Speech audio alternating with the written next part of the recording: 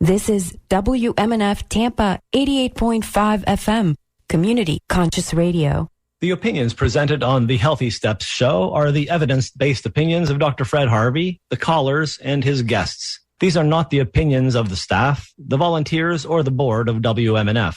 The information provided on the show is not intended to diagnose or treat any disease. There is no implied patient-physician relationship in these calls. The nature of the calls is educational and informational only. Hello there, my beguiling listeners. I cannot thank you enough for keeping your radio tuned to WMNF Tampa, the only community radio station that my dear friend Roy G. Biv would ever stream, and you can stream us as well at WMNF.org. Today is Ask Me Anything Monday, so your wait is over. If you have any medical questions or concerns, give Dr. Harvey a call at 813-239-9663. Irene is sitting in the control room like a patient angel waiting to take your call. So once again, that number is 813-239-9663. You can also send an email to dj@wmnf.org or text us at 813-433-0885. Good morning to you, Dr. Harvey. You've got another Ask Me Anything set up for us today, so let me get out of the way. Let's get started, shall we? What have you got for us today, Dr. Fred?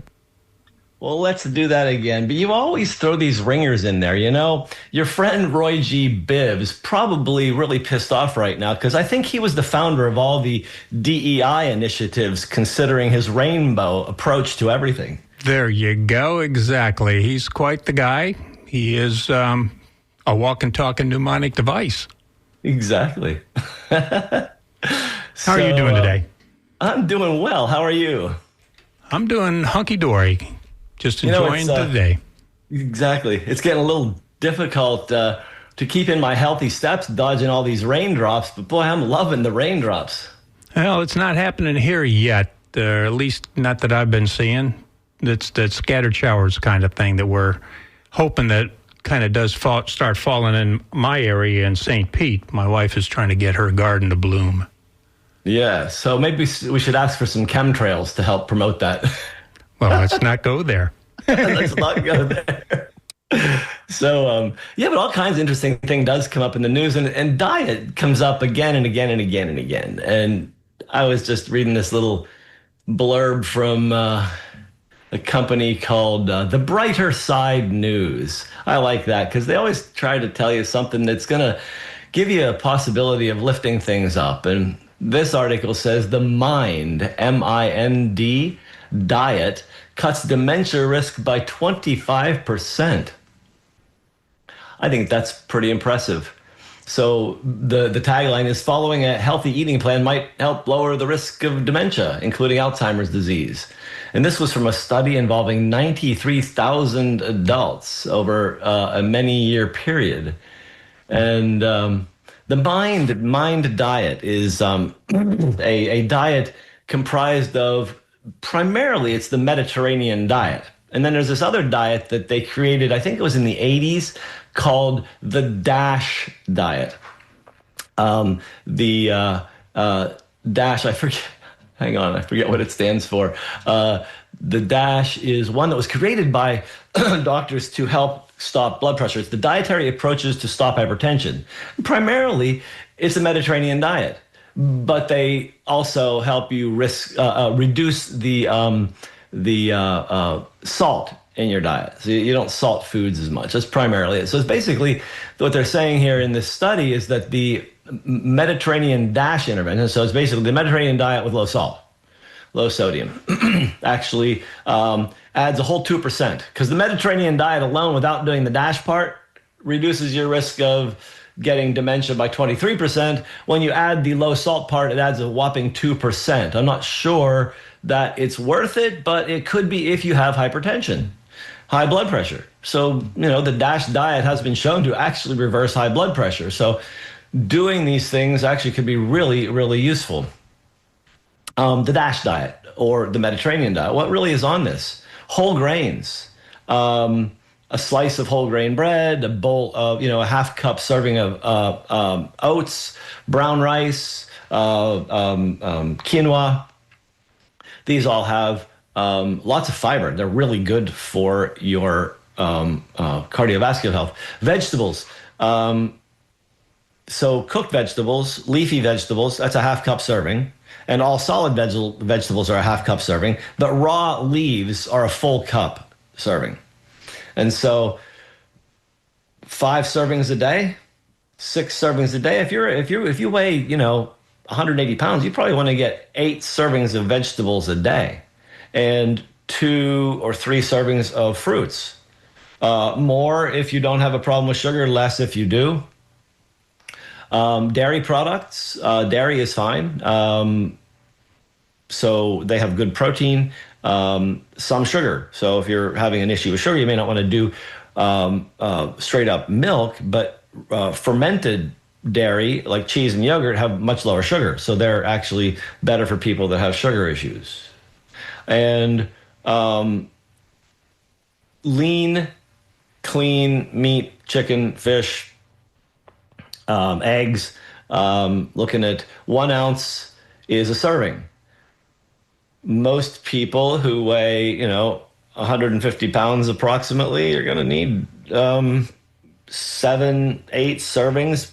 If you're more than that, you might want to do 9, 10. If you're an athlete, you need to maintain muscle mass, 12, 14. You have to vary the amount of protein based on the amount of your muscle mass and the amount of exercise you do.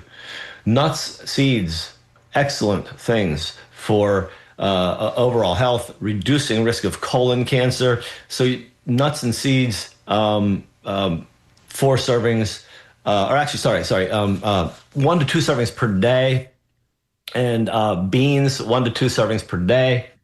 The beans have high amounts of soluble fiber. They help to modify the way you metabolize your fats, your cholesterol. And fats and oils. You have to remember fats and oils don't just come in a jar. They also come in food. So olives, 8 olives is a serving of oil. About 1/8 of an avocado, like 2 tablespoons of avocado is a serving of oil. So if you're eating, a half cup of guacamole, you've just eaten probably 4 servings of oil. If you're eating that with fried chips, you're getting more oil. And so the DASH diet's been shown to do some really good things. So has the Mediterranean diet. Just 2 years ago, Mediterranean diet associated with reduced Alzheimer's risk. It was the 23% reduction that I noted there. This is in, I think, 60,000 people in Great Britain. And as early as 2018, they were publishing data that showed that the Mediterranean diet slowed the progression of it, didn't actually necessarily reverse it, but did slow the progression. 3-year Alzheimer tracking shows that there was definitely a lower dementia incidence when the person adhered to a Mediterranean diet. And so it comes down to the ability to commit to a lifestyle change where you eliminate a lot of sugar, a lot of saturated fat, you increase your vegetable intake. That's one of the things that I've noticed in my practice is that most people have trouble getting up to the amount of vegetables that they need to be healthy. It's really difficult. I struggle with getting 8 servings of vegetables a day, but I try to. You can start your day with eggs and spinach or something like that, which gets a head start on the day for vegetables. But to get a head start on your health, it helps to have information. And I love to discuss the information with you folks. So I hope somebody's already calling in. I think we do have some callers. Indeed we do. I've got Jerry in St. Pete and Gary in Clearwater. So let's go to Jerry there. Good morning, Jerry. Hello, Jerry. Thanks for keeping it going, man. You're doing it. So what's your update? Speaking of eggs and chickens, what's your update on the bird flu virus? And I'll take my stuff offline. Okay. Okay. Well, I think we deal with viruses. Viruses circulate the planet all the time. You know that 30% of all of the cold viruses we experience in America or in the world actually are coronavirus. The same thing that is beta SARS-CoV-2 or COVID. It's just another coronavirus. That one just happened to trigger a lot of immune responses in sick people because we have a lot of toxicity in the planet. And it triggered that toxic immune response. But many of the other ones don't, but some do. I mean, we have evidence from all the viruses that there is a post-viral syndrome. You can get it from the flu, you can get it from bird flu, you can get it from coronavirus. But after the virus runs through the system, you can have an ongoing immune response. Lyme disease does it too, and many of the rickettsial tick-borne illnesses, these weird virus-like things, they cause ongoing problems. Most people with chronic, quotes, Lyme syndrome, end quotes, aren't really infected at that point. Many people believe they are, but it really appears to be an ongoing immune reactivity, and it just keeps triggering the system.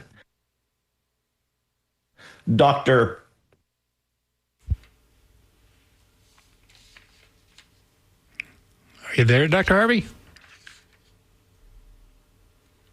Sorry, brilliant guy, Bruce Patterson, developed a really amazing test. I've talked about it, the COVID long hauler test. He uses AI to analyze the cytokine storm.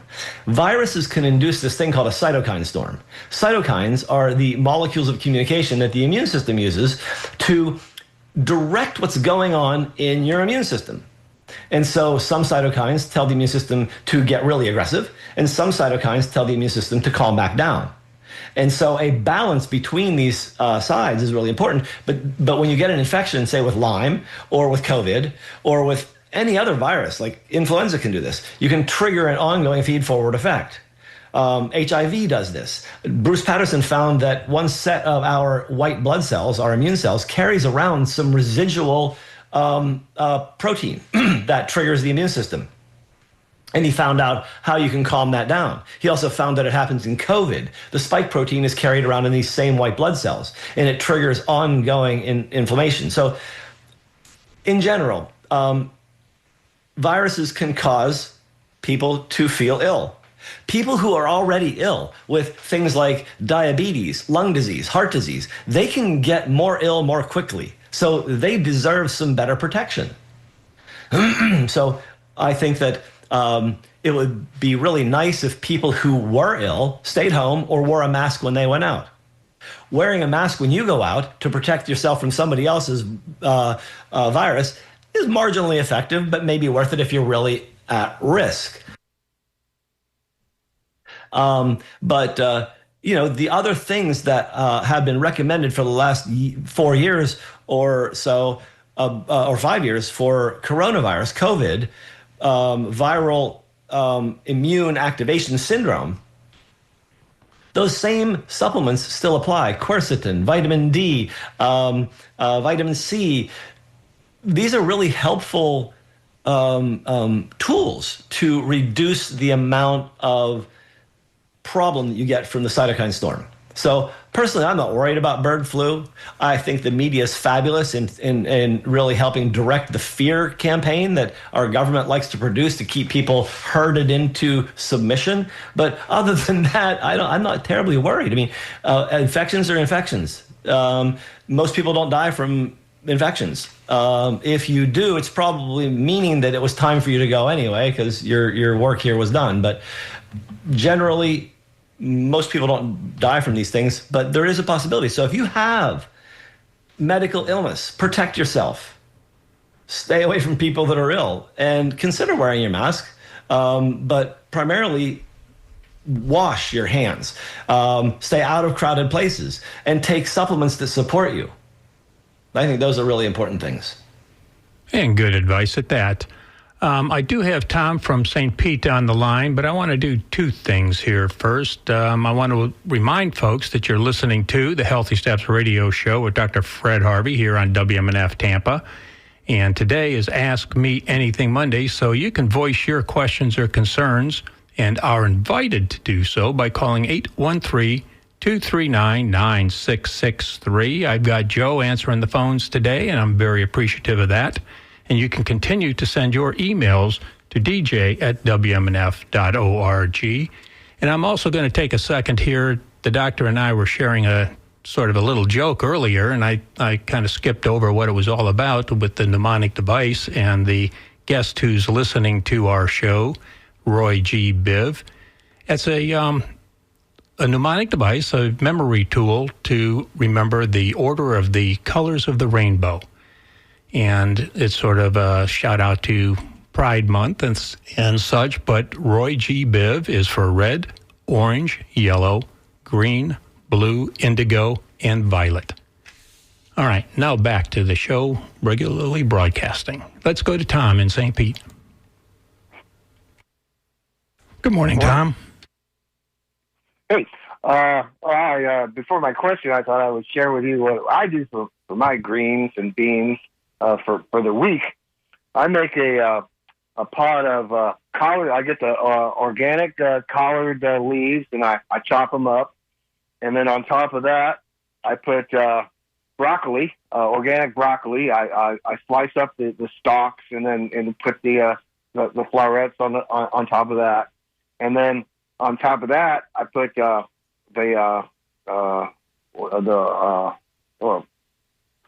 a ball-shaped. Anyway, Brussels sprouts. Brussels sprouts, yes. And then on top of that, I put onion. I put garlic powder and pepper on top of that, and then I drizzle a whole bunch of olive oil on top of that, and then I put onion on the very top, put it in a pot, and then steam boil it. I put an inch of water distilled water in the bottom, and I steam it for a good hour or two until the Brussels sprouts are nice and soft. And then that is my greens for the week. Half of my greens. The other half is I get a pound of the organic spring mix, and then I just chop up everything that I can get that's in season: cucumbers, celery. I like radishes a lot. The pepperoncinis are delicious.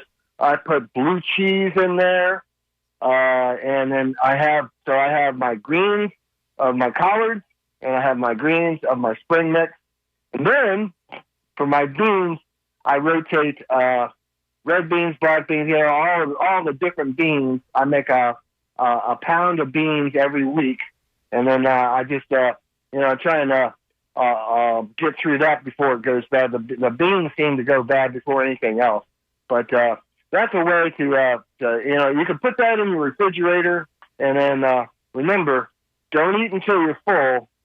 Eat until you're not hungry. And I found that the way to make optimal weight. But my question to you is... Well, I just want to, before you go, that is impressive. You blow me away. That is so good. You have a pot of sulfur, so to speak, because all those brassica vegetables with onions all contain organic sulfur, which is about detoxification, about cleaning up the body, about healing the liver. You got yourself a pot of just glory there. And then the way you make your salad is excellent. And the fact that you eat both cooked and raw, I think that balance is excellent. So thanks for telling us what you do. What's your question? Yeah, well, and that's what I do for my lunch and dinner, along with whatever else I'm going to have for protein. And then you remember my oat bran breakfast that I make. I've been...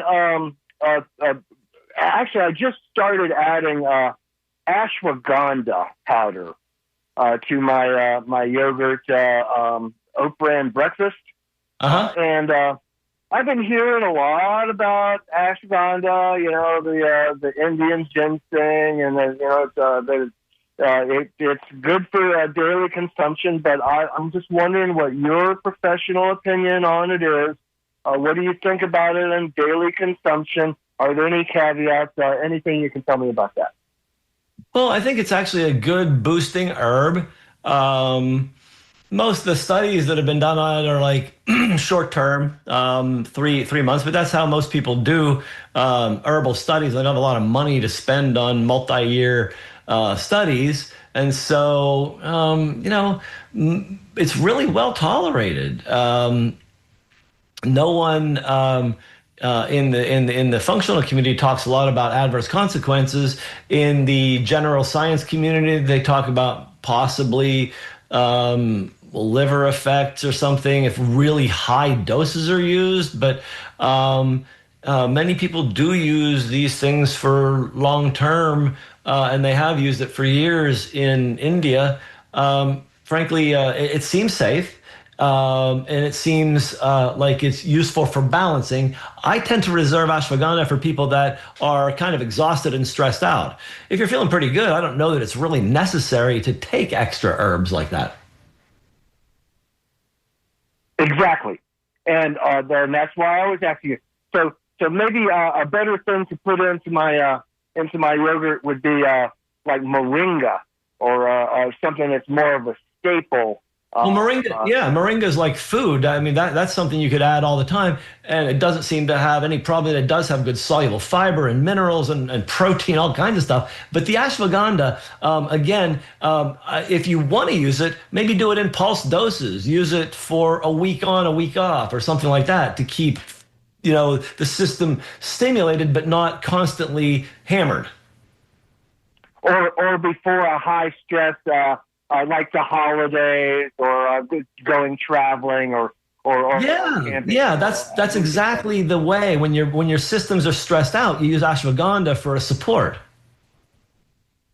Yeah, and in conclusion, do you have any thoughts on occasional use of yohimbe? No, not really. Occasional use of any herb, however, is something that's pretty much okay. I don't see there's an issue if you're, just not driving it over and over and over. So, I don't have a problem with yohimbe if you want to periodically, as long as you don't have a blood pressure problem. Yeah, I don't know if it's psychological, but it just makes me feel more virile. That's what they use it for. Thank you. And I'm going to hit your tip jar here. I missed your fundraiser, but I'm sending you a few bucks in a couple of seconds here. So thanks for everything, and the most valuable show on air. Thank you, Tom. Have a wonderful day, a wonderful week, and talk to you soon, I hope. Really? Love you. See you then. Bye. Thank you very much there, Tom. We always appreciate the support. The community is what keeps us alive. Let's go to Kevin in Bradenton. Good morning, Kevin. Hello, Kevin. Good morning, Dr. Fred, and Dr. Your facilitator there also. I forgot your name, but thank you all at WMNF, and thank you especially for putting on this show, because it's crucially important to us to get objective, unbiased information. Yes, sir. So what you got for us today? Well, we talked last week about burning mouth syndrome, and yes. I told you that I was taking turmeric, garlic, and ginseng. Garlic, turmeric, and zinc for that, and I've been taking it for about probably 6 months, 6 to 8 months, and it's lessened. And of course, I feel it, especially at night, but I feel it all the time if I make myself aware of it. Yes. But I was wondering if you could provide whether or not I'm taking the right supplements to help with that, or if there's something else that I could be taking. And I'll take my answer offline. Okay.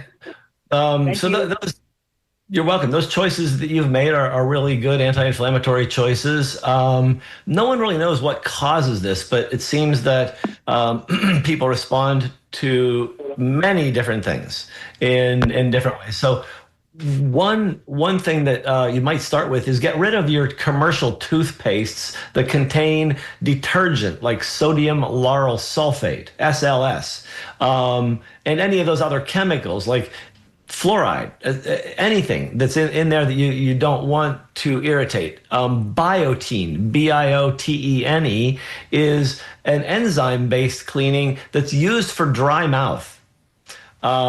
It's meant to not contribute to dry mouth syndrome, which would then actually contribute to burning mouth. So biotin, and there are other toothpastes on the market that you can find at health food stores online that contain no mint and no cinnamon. Mint and cinnamon may both contribute to irritation in your mouth. So use maybe a citrus flavored gel that has no sodium lauryl sulfate in. Adjusting the diet away from things that contain acid. You probably have already done that. Let's see. Softer toothbrush. Maybe use one that you don't abrade with. Just use an electric ultrasonic vibrating toothbrush. You just put it on the tooth. That way you don't do a lot. Baking soda rinse might be a good idea. Mixing a teaspoon of baking soda in a cup of water and then doing a swish and spit to see if that would help to reduce some of it. Stress management.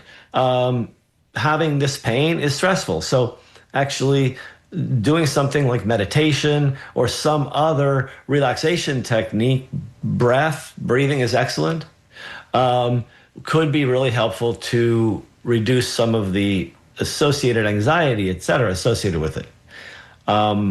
Nutritional supplementation. If you haven't had your B12 and folic acid levels checked, you may want to do that. You may want to take a multi-B vitamin, a B complex, a B12 that's methylated methylcobalamin instead of cyano. You already mentioned you're taking zinc. Other antioxidants might help. Like there is possibility that sunburn in the mouth could be associated with neuropathy. Alpha lipoic acid actually helps with neuropathy.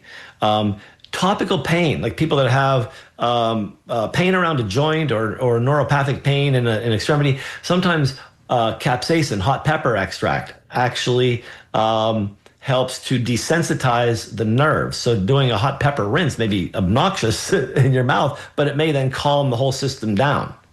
Honey might help soothe. Ice chips might soothe. But unfortunately, there's not really a lot of specific intervention because it's different for everybody. I hope that helps. Okie dokie there. I'm hoping as well. That's literally, I hate to make a pun out of it, but quite a mouthful. Yep. I've got John from Sarasota and Jim from Riverview, but I want to remind folks that you are listening to the Healthy Steps radio show, and we've got Dr. Fred Harvey here to answer your questions and address your concerns, but you got to give us a call at 813-239-9663, and you can continue to send your emails to dj@wmnf.org.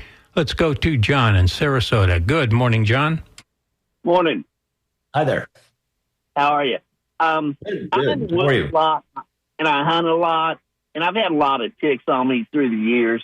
Do we have Lyme ticks in Florida?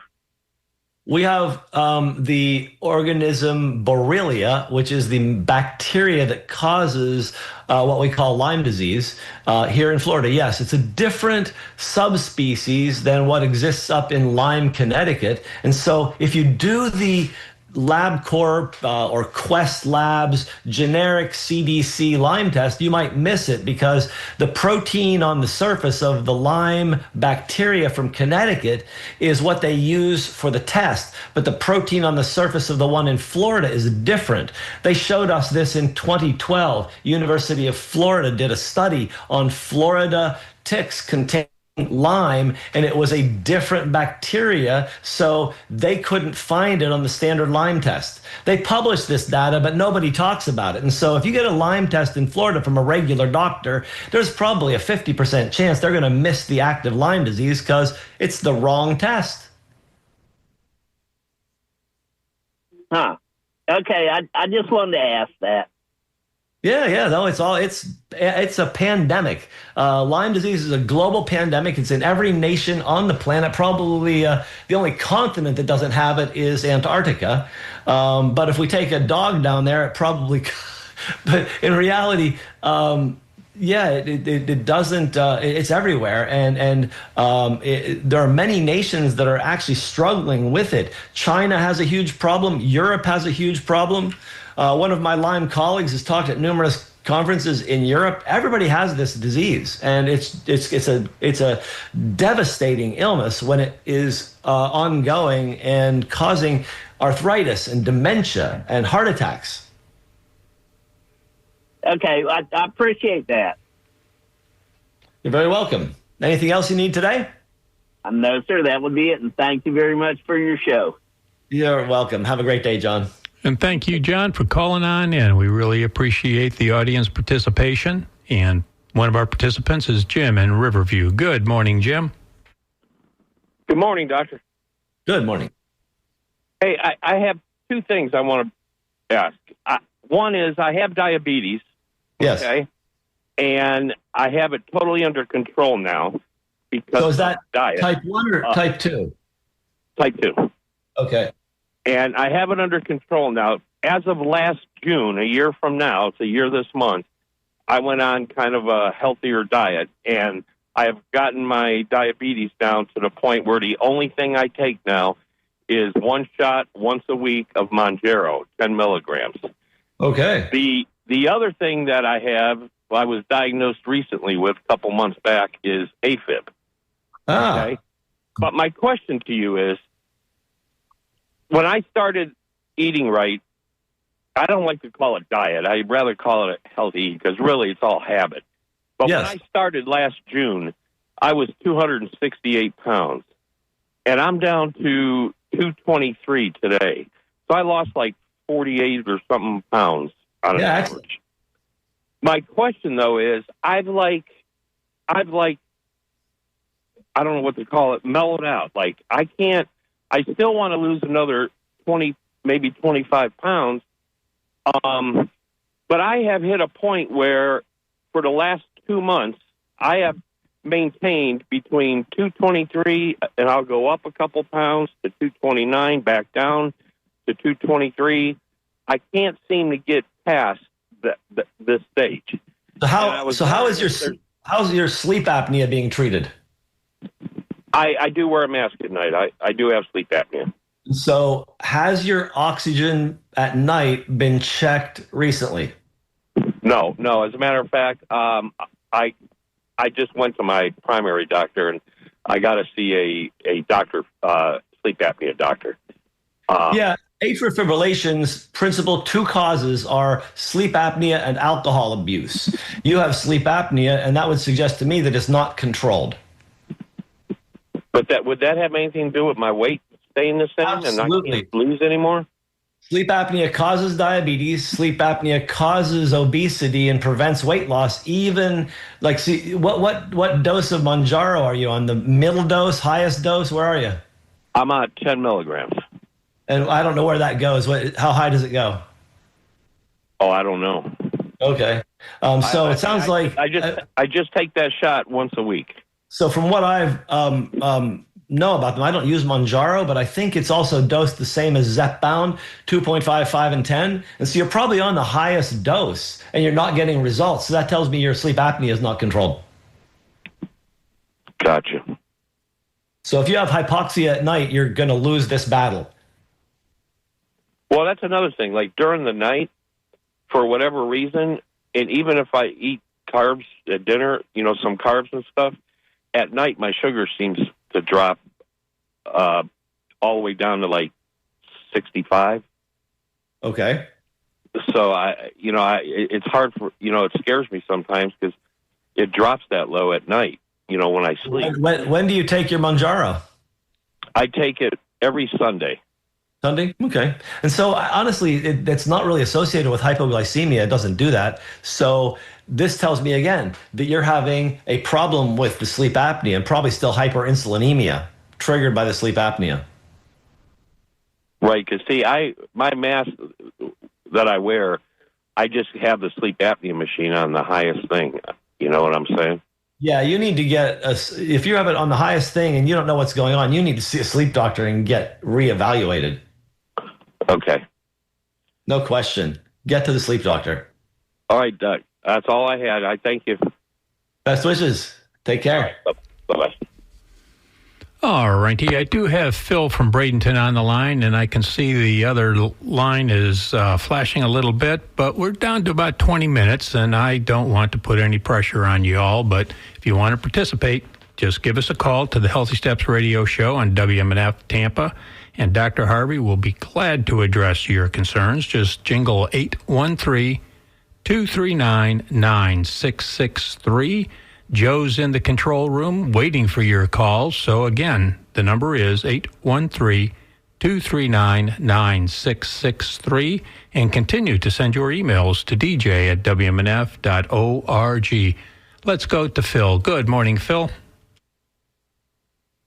Good morning. How are you? Hi. I'm doing good. I believe the fact that I'm doing good is what befuddles my normal primary doctor, because I have 3 disabilities: legally blind, epileptic with CBS, and because I'm generally well and I have always had a good diet, been vegetarian my whole life, exercise, blah, blah. They don't know what to do with me, and they're like, well, you have high cholesterol at 124 for your condition. And I'm like, none of those things have anything to do with cholesterol. Yeah. And, so what are you telling me? What's this new hubbub, blah, blah, blah, blah. You know what the problem is, Phil? The problem is that these people are befuddled by the word cholesterol. They are really, it's unfortunate. It seems to me that many of my former colleagues have forgotten what critical thinking is about, and they just do these weird cookbook things. If the word cholesterol comes up, they have to open the cookbook, and then there's this algorithm that starts with statin. And unfortunately, it doesn't make much sense when somebody doesn't have any cardiovascular disease. Do you have any? No, I have no cardiovascular. I've never been diabetic. I don't have cancer or anything. Yeah. And so that's why So your cholesterol is 224? No. It's 124. That's too low. Practically, you probably should eat some more meat. Maybe some eggs. I've been vegetarian my whole life, and she was telling me to eat meat. I'm like, you're talking to the wrong person. I've been vegetarian my whole life. Right. So don't tell me to eat meat. There's really no risk for somebody who's healthy otherwise. I mean, you have a core condition. You have epilepsy. You have you're legally blind, but these aren't associated with that. They are caused by it. So your 124 cholesterol is just your cholesterol. You don't eat enough of that to do more. 48 pounds, and I've always been that weight or around it, and never been heavier than that in my life. Reference ranges are basically to give us a guideline. They aren't the necessity. If you're functioning and well, then there's no reason for you to really need to change that. Right. Yeah, I'm not going to go on statins if I have no symptoms. What the hell are you no. But your cholesterol is too low for a statin. A statin would kill you. Exactly, and so I need a new doctor, and so that's why I was wondering. Wait a minute. You have a cholesterol of 124, and they suggested a statin? Exactly. That's why you must have an LDL cholesterol of 124. Yes, and that's why I'm looking for a new primary in Bradenton. Okay, so totally rethink everything I just said. An LDL cholesterol of 124 is above the reference range, not below it. It's not, your cholesterol is not too low. 200 is kind of the cutoff for total cholesterol. I thought you were talking about total cholesterol. So LDL maximum recommended is 100, but nobody needs treatment really if they don't have any cardiovascular disease unless it's like 160 or something like that. Right. That's what my research says, something like that. And that's why I think I need a new primary doctor, because they have no idea what to do with me practically. And that's why I was wondering if you would recommend anybody down here in Bradenton or Manatee County. And I have Medicaid and Medicare because of the disability. And I'm in my early 40s, which, most people don't have both in their 40s. But yeah, exactly. Yeah. And honestly, I don't have any primary care referrals because I don't know anybody really that does that kind of work. all the ones that I worked with when I was actually doing hospital work and stuff, they're all retired. Yeah. I found the Blend Institute, which looks interesting, but they haven't gotten back to me. So I'm they don't do primary care though. They do what I do. Specialty. And well, I had to try them. And yeah. So that's why I thought I'd ask, because I'm like, I need to find somebody who would have like to find, like a functional doctor that had, that was able to take my insurance, because I have to find a doctor that takes my insurance so my insurance stays happy, right? But, yeah, exactly. And they're few and far between. There was a somewhere north of you, I think Riverview, maybe Brandon, a doctor. What was her last name? Sherpa, I think, who did do a blend of insurance-based functional medicine, but I can't tell you where she is, and I think she did go concierge because it became such a burden. So good luck with finding the local primary care doctor who isn't obsessed with statin drugs. Yeah, exactly, because I'm doing well. I mean, and it's not like they're trying to fix my disabilities, because no one's working on epilepsy. Because it's not, scar tissue. So Phil, keep doing what you're doing, man, and best wishes. I'll keep my ears open for a primary care in the area, but one step at a time. Thank you. Thank you. Take care. I listen every week. Take care. Bye. Great. Thank you. Thank you very much there, Phil. And let's go to Norm in Tampa. Good morning, Norm. Hey, how you doing? Good. How are you? Fine. Doc, I'm going to ask you a question. It deals with, you've been in medicine quite a while, enough to see some of the changes. But it deals with the delivery of healthcare. I mean, especially with when the HMO concept came about. And it seems now, because I'm going back and forth to the doctor, it seems now, the people they're sending me to, okay, are treating the insurance company more so than they're treating the disease or the disease state of what condition I present with. I come in and you get an appointment, and he said, well, you need to go see now the vascular surgeon. Well, you go over there and you find out, well, the vascular surgeon doesn't take your insurance, so you have to go back and reschedule another appointment. And then you have to go see the eye doctor. Well, after you go to the eye doctor, find out go to 4 or 5 of them, they don't take your insurance, and so now you're stuck either wanting to pay for it or going around this kabuki show and that sort of thing.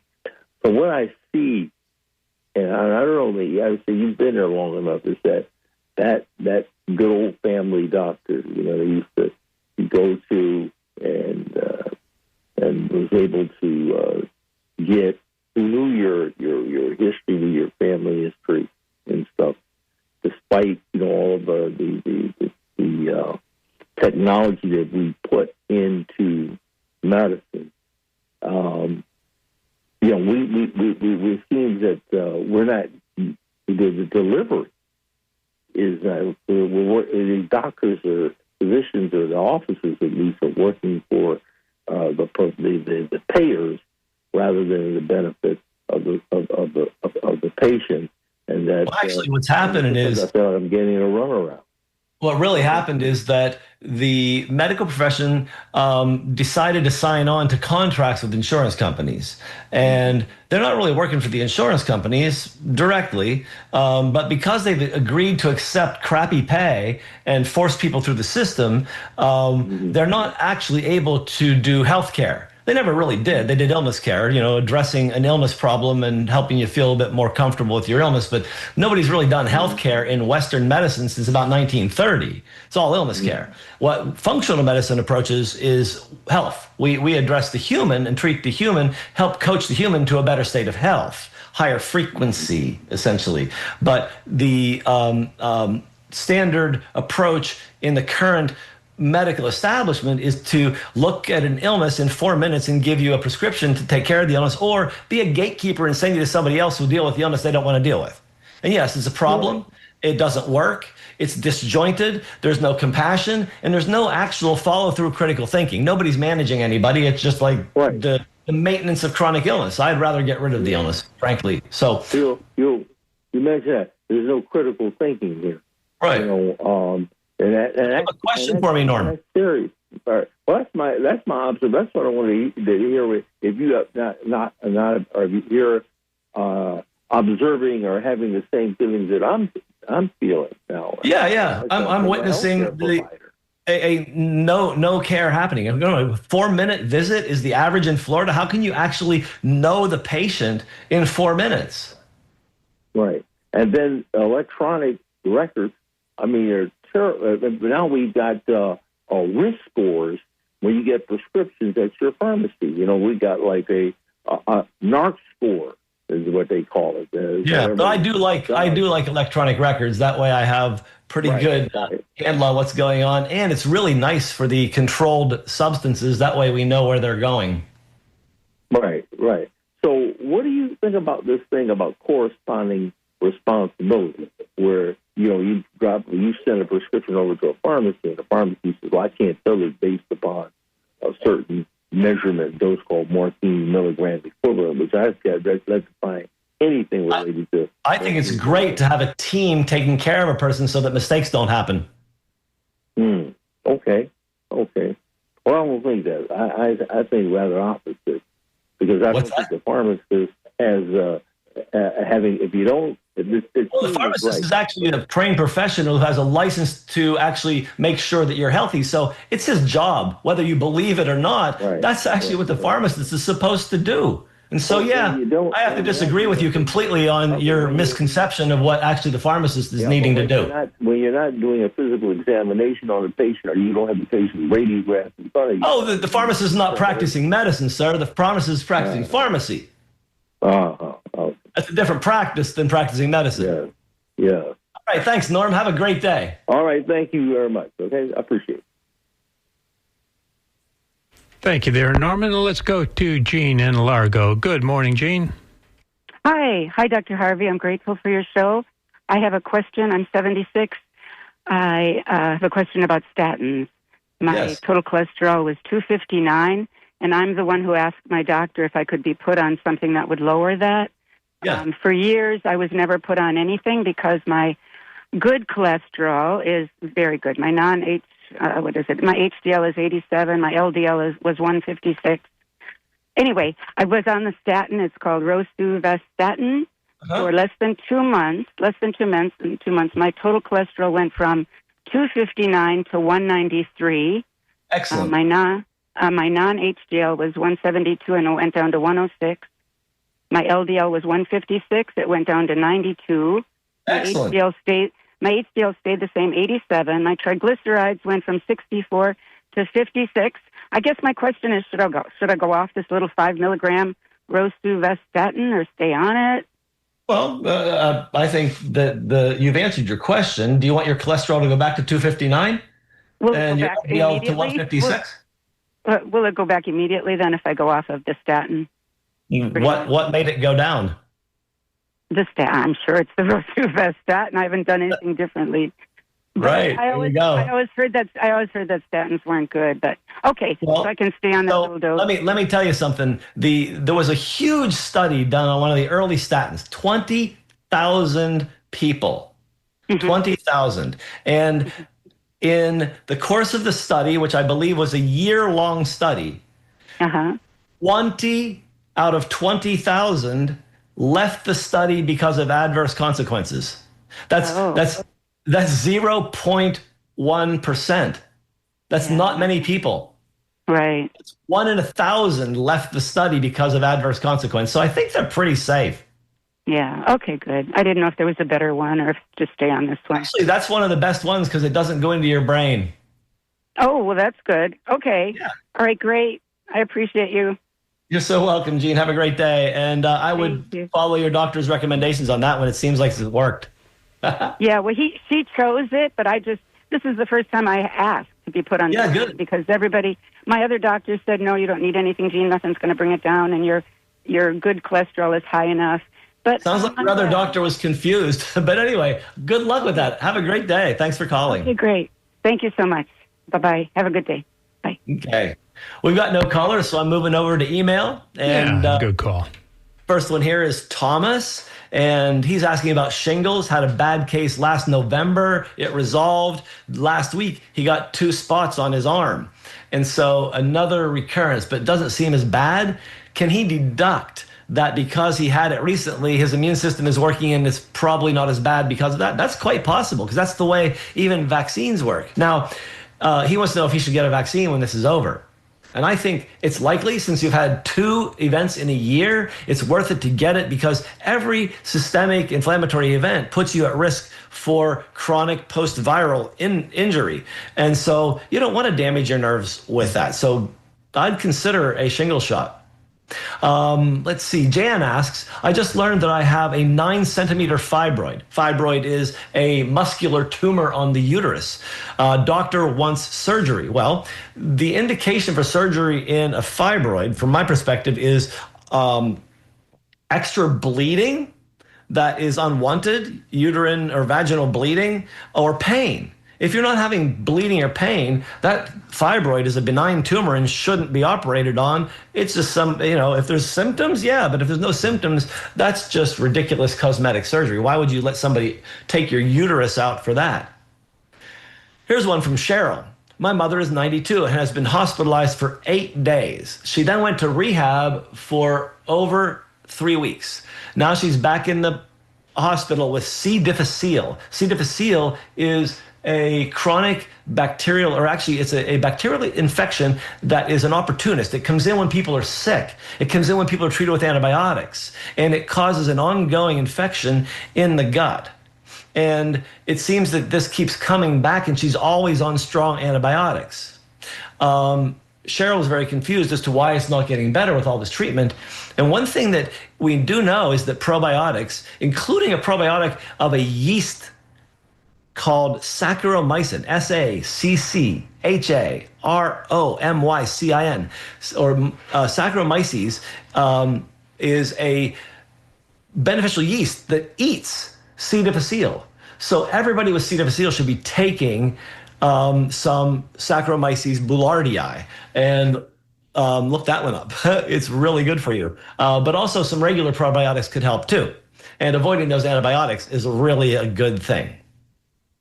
So the next one is, I was curious, David wants to know how I feel about RFK's efforts to remove food dyes from the food supply. I think it's brilliant. Fragrance, food dyes, anything artificial should not be in food. It shouldn't be considered food. It should be considered a decoration if it has that stuff in it. Especially when it's that bright neon yellow tartrazine dye that causes asthma and allergy. Rose asks, my husband was recently diagnosed with Parkinsonism. What's the difference between this and regular Parkinson's disease? Well, both are neurodegenerative illnesses, so you don't want either. You want to really get rid of that. And so I would get a functional medicine doctor to help you evaluate why. And did you know that there are several studies out now that show that GLP-1 agonists like Ozempic treat Parkinson's, Alzheimer's, and ALS? They're actually slowing down the progression of the illness with these amazing medications.